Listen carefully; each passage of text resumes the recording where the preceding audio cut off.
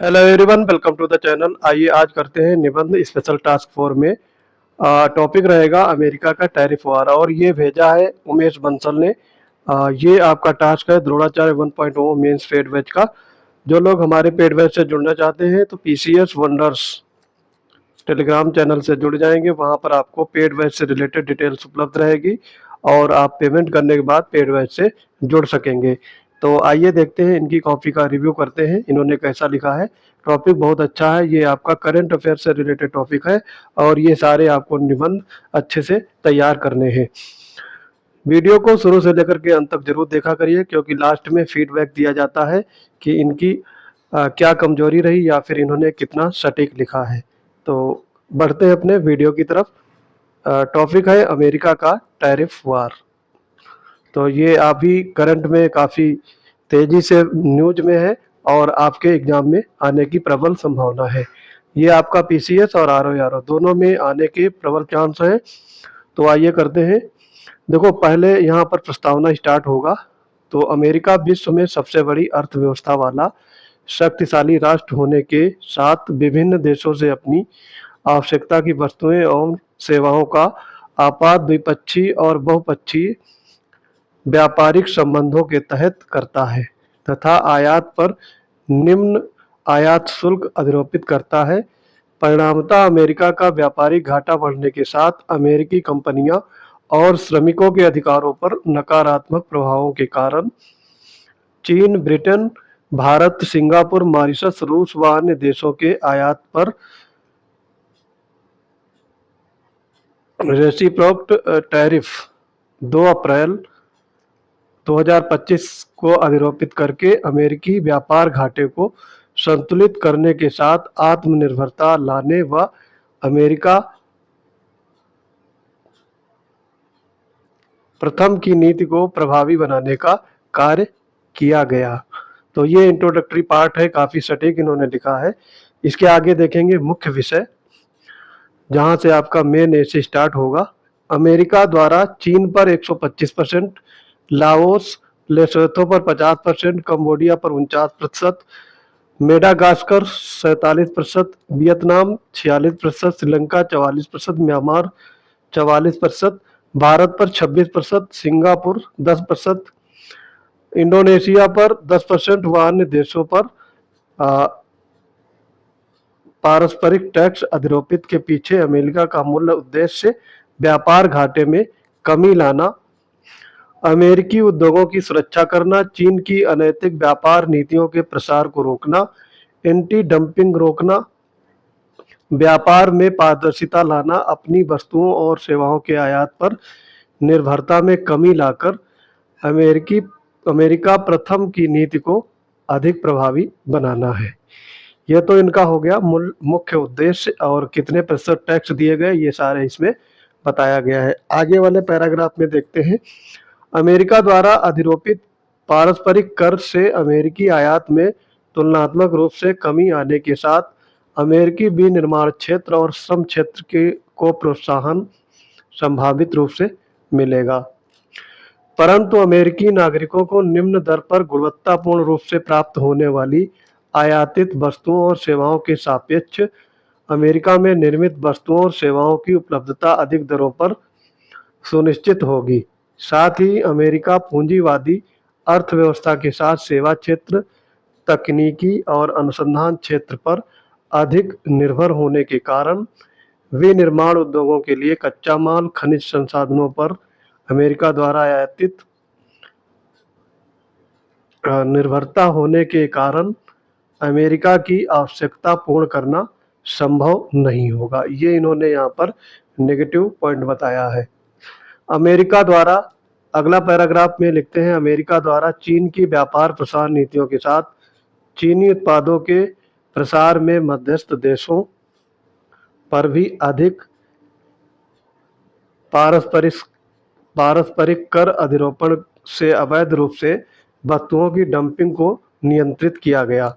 इस टैक्स के कारण वैश्विक स्तर पर विभिन्न देशों के साथ भारत जैसे देशों ने नवीन व्यापारिक भागीदारी अन्य देशों के साथ द्विपक्षीय और बहुपक्षीय रूप से करने हेतु यूरोपीय देशों ब्रिटेन और खाड़ी के देशों के साथ व्यापारिक समझौते पर बातचीत तीव्र की गई है। साथ ही रिजर्व बैंक द्वारा रेपो रेट यानी रेपो दर में गिरावट करके स्थानीय उत्पाद लागत को कम करने और उत्पादों को प्रतिस्पर्धा बनाने का कार्य आरंभ किया गया है।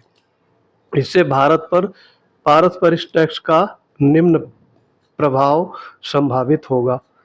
वहीं अमेरिका द्वारा अगले पैराग्राफ में देखते हैं, वहीं अमेरिका द्वारा अधिरोपित पारस्परिक टैक्स से वैश्विक अर्थव्यवस्थाओं के निर्यात महंगे होने से निर्यात के साथ विनिर्माण क्षेत्र पर प्रतिकूल प्रभाव पड़ेगा। ये इसके नेगेटिव एस्पेक्ट बता रहे हैं, नकारात्मक पहलू। और बेरोजगारी बढ़ने के साथ आर्थिक विकास में गिरावट आएगी। विश्व व्यापार संगठन और मूल उद्देश्य वैश्विक स्तर पर व्यापार सुगमता और देशों के व्यापारिक संबंधों की सुगमता पर प्रतिकूल प्रभाव पड़ेगा।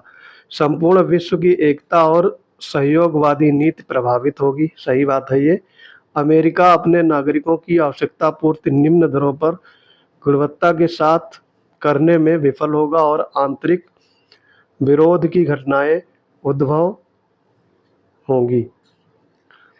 साथ ही जलवायु परिवर्तन हेतु निर्धारित उद्देश्य और लक्ष्यों की प्राप्ति पर भी प्रतिकूल रूप से प्रभाव पड़ेगा और प्राकृतिक आपदाओं के साथ बेरोजगारी, भुखमरी और आतंकवादी घटनाएं प्रबल होंगी।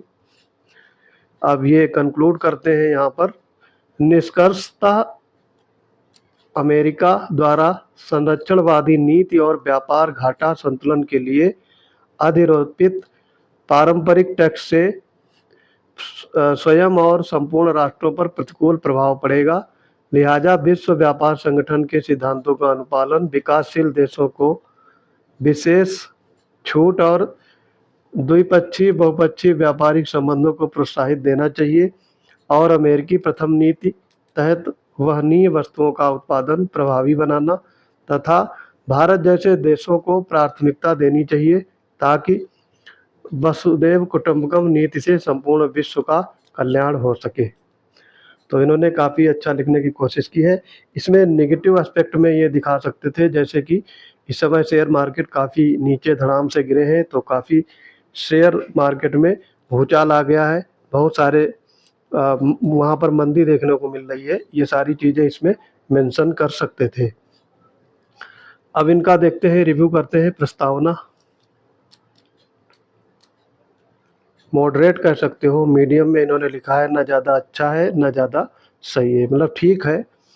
मुख्य विषय में कुछ पार्ट और जोड़ने थे और इसमें मुख्य विषय में अमेरिका की तानाशाही नीति भी दिखा सकते थे, कुछ पॉइंट लिखे जा सकते थे।